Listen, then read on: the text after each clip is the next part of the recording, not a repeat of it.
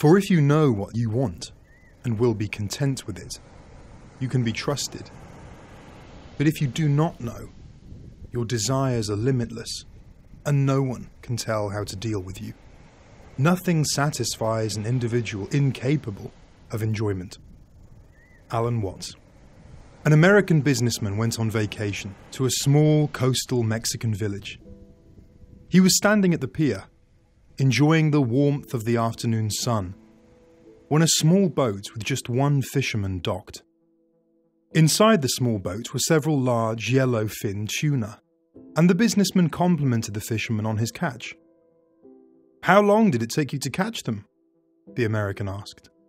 "Oh, only a little while," the fisherman replied. The American was intrigued and asked, "Why don't you stay out longer to catch even more fish?" "Oh, I already have enough," was the response. "I have plenty to support what me and my family need." At this point, the businessman was confused and asked, "What do you do with the rest of your time then?" The fisherman smiled and said, "I sleep late.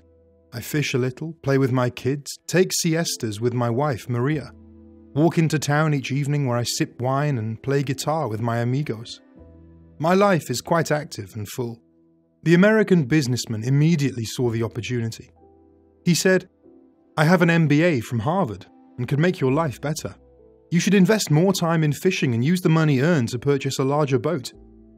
As a result of the money made from the larger boat, you might eventually have a fleet of fishing boats. But here's the real beauty. Instead of selling your catch to a middleman, you would sell directly to the processor, eventually opening your own cannery. You would control the products, processing, and distribution. You would need to relocate from this small coastal fishing village and move to Mexico City, then LA, and eventually New York City, where you will run your expanding enterprise." When the businessman finished speaking, the fisherman paused for a moment and asked, "But how long will this take?" To which the businessman estimated maybe 15 to 20 years or so. "But then what?" asked the fisherman. The businessman laughed and said, "That's the best part. When the time is right, you would announce an IPO and sell your company stock to the public and become very rich. You would make millions." "Millions, huh?" the fisherman responded. "And then what?" "Well," the businessman said, "then you would retire, move to a small coastal fishing village where you would sleep late, fish a little, play with your kids, take siestas with your wife, stroll to the village in the evenings where you could sip wine and play guitar with your amigos." After reading this story, my initial reaction was how it puts life into perspective. What exactly are we striving for? How do you think about money?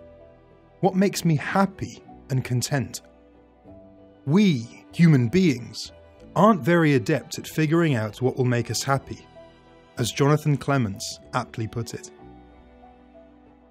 The hedonic treadmill theory comes to mind. According to this notion, no matter what happens to a person, their happiness level will always revert to where it was before. Over time, we become accustomed to our things and adjust to it. When was the last time you daydreamed about getting a new car or relocating to a bigger house?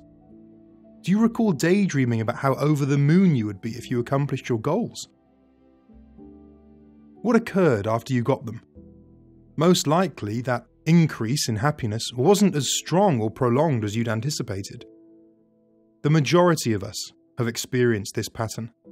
Certainly, I have. I think it's important to remind ourselves that the purpose of making money is to try and live a happier and more fulfilled life, not just making money for the sake of it.